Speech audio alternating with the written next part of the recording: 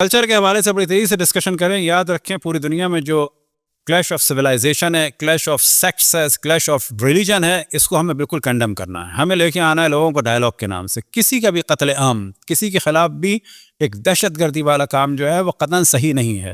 بڑی تیزی سے ذکر کریں. یاد رکھیں کہ اگلی نسلیں چاہے یہودیوں کی ہوں, عیسائیوں کی ہوں, مسلمانوں کی ہوں, ہندوؤں کی ہوں, بدھسٹ کی ہوں, جین کی ہوں, یہ سب کی سب دین سے دور ہونے والی ہوں. اور یہ سب کے سب دین سے دور ہونے میں, جو دین سے دور کرنے میں اصل پارٹ پلے کر رہے ہیں, وہ دیندار کر رہے ہیں. دیندار سے کیا مراد؟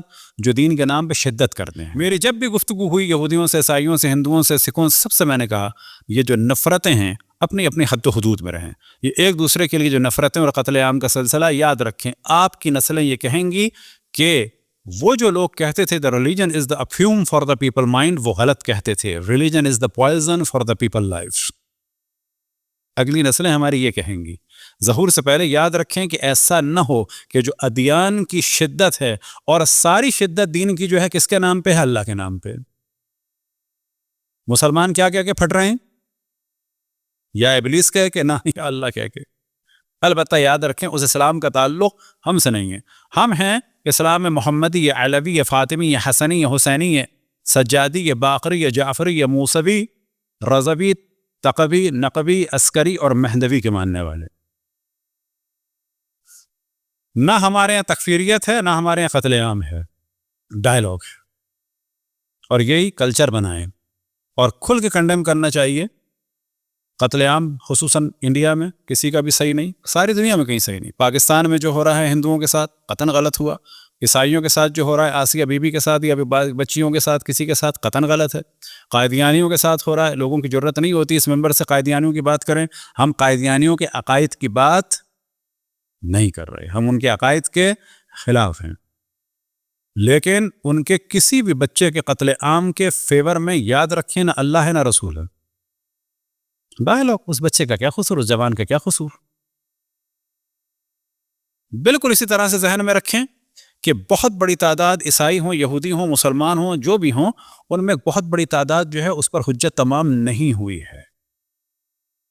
انہیں نہیں معلوم کہ کیا کیا ہے. آپ کے خیال میں وہ یہودی جو رسول اللہ کے ذکر کو جانتے تھے, تورات میں ہے اور ان کی کتابوں میں ہے, اور وہ یہودی جنہوں نے شق القمر کو دیکھا, اور وہ آج کا رہبائی کہ جس کے پاس رسول اللہ کی بشارتیں ہیں, اور وہ 21 سال کا یہودی لڑکا, یہ سب برابر ہیں؟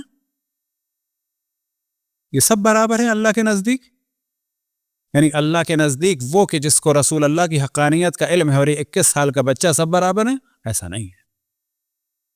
وہ کہ جنہوں نے جناب سیدہ کا دروازہ جلایا, وہ جو دروازہ جلاتے ہوئے دیکھ رہے تھے, وہ کہ جن کو اپنی کتابوں کے ذریعے سے علم جناب سیدہ کے دروازے کی حرمت کو پامال کرنے کا, اور وہ بیچارہ ایک عام لڑکا کہ جس کو کچھ نہیں معلوم, یہ سب برابر ہیں.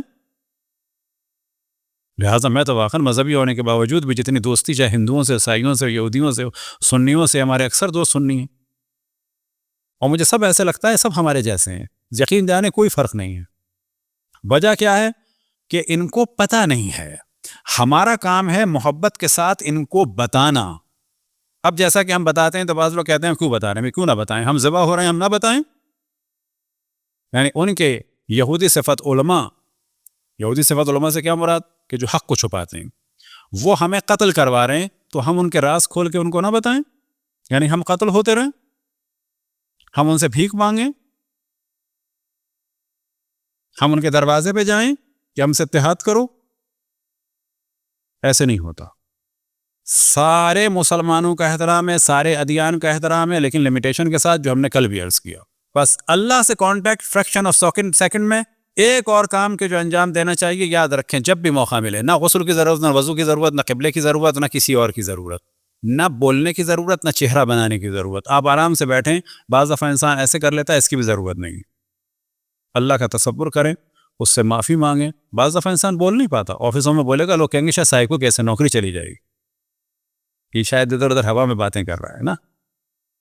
آرام سے اللہ کا تصور کیا, اس سے معافی مانگیں. گاڑی چلا رہے ہیں, اس سے بات کریں یعنی دعا. گھر میں انسان کوئی بھی ایک لکڑی پتھر رکھ لے, کیونکہ ہر جگہ زمین پہ سجدگاہ نہیں رکھ سکتے. اول تو سجدگاہ بھی نہیں ہے. نماز واجب میں یا مستحب میں سجدگاہ ضروری ہے, لیکن فرض کریں آپ سجدہ کرنا چاہتے ہیں, ایسے دل چاہ رہا ہے, یعنی کبھی کبھی انسان کوشش کرے کہ گھر میں اکیلا ہے، کھڑے کھڑے ایک دم سے سجدے میں چلا جائے، جو خود ایک بہترین عبادت ہے. سو کے اٹھا ہے، لکڑی یا کاغذ ہے، ٹیشو پیپر ہے، پتھر ہے، عام پتھر اٹھا لیں کہیں سے، ماربل کا پیس، کوئی بھی پیس. جب موقع ملے اللہ کو سجدہ کریں. اس اللہ کے سجدے کے لیے غسل اور وضو اور قبلہ رخ کی کسی چیز کی ضرورت نہیں.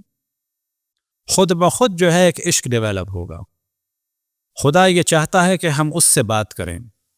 روایت میں نقل ہوا انا جلیسن من جالسنی، جو میرے ساتھ بیٹھتا ہے میں اس کے ساتھ بہت زیادہ بیٹھتا ہوں. صلوات پڑھیں بر محمد و آل محمد.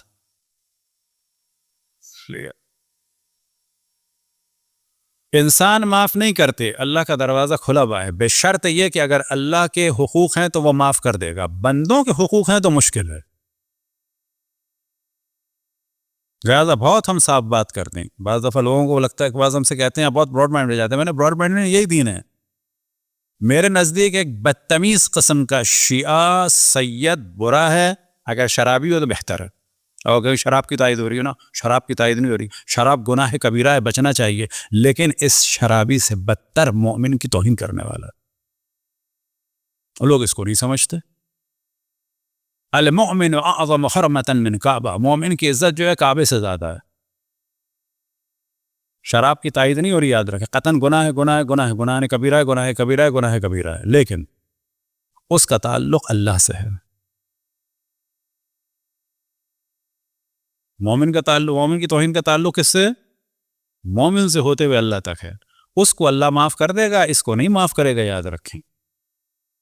یہ جو چڑچڑے قسم کے بعض مومنین ہوتے ہیں نا، یاد رکھیں ان چڑچڑے اور بدتمیز افراد سے کہیں بہتر وہ ہوتے ہیں کہ جو اچھے وہ بھی نہیں ہیں، ان سے بہتر آئیڈیل وہ بھی نہیں ہیں، ان سے بہتر وہ ہوتے ہیں جو کم سے کم انسانوں کی خدمت کرتے ہیں، احترام کرتے ہیں، چاہے وہ کوئی اور گناہ کرتے ہوں. یہ یاد رکھیں. یہی وجہ ہے کہ حقوق اللہ آسان ہے، حقوق العباد سخت ہیں. اور قطعاً پھر میں عرض کروں، ان گناہوں کی ہم تائید نہیں کر رہے، ان کو سادہ نہیں کہہ رہے، ان کو پروموٹ نہیں کر رہے. ہم یہ بتا رہے ہیں کہ جاننا چاہیے کہ ایک روایت نقل ہوئی کہ امام جعفر صادق علیہ السلام کے سامنے جب ابو حنیفہ آئے تو امام نے کہا تم بڑا قیاس کرتے ہو، کیونکہ وہ قیاس کرتے تھے. امام نے کہا اچھا بتاؤ عقل مند کون ہے؟ تو انہوں نے کہا کہ جو اچھا برا سمجھتا ہے. انہوں نے کہا تو جانور بھی سمجھتے ہیں، بتاؤ کیا جواب ہے؟ ان کو کوئی جواب نہیں تھا. امام نے فرمایا عقل مند وہ ہے جو دو اچھوں میں تمیز کرے کہ زیادہ اچھا کیا ہے، اور جو دو بروں میں تمیز کرے کہ اس میں زیادہ برا کیا ہے. تو جو ہم مثال دے رہے ہیں زیادہ برے کی دے رہے ہیں، اچھے برے کی نہیں دے رہے. شراب قطعاً بری چیز ہے، لیکن ایک مومن کی حرمت کو پامال کرنا، اس کے مال کو لوٹنا، اس کو اذیت دینا، اس کو نوکریوں سے نکالنا، اس کو در بدر کرنا، اس سے زیادہ برا ہے بلا شک. یعنی یہاں پر دونوں برے ہیں، یہ زیادہ برا ہے. صلوات پڑھیں بر محمد و آل محمد.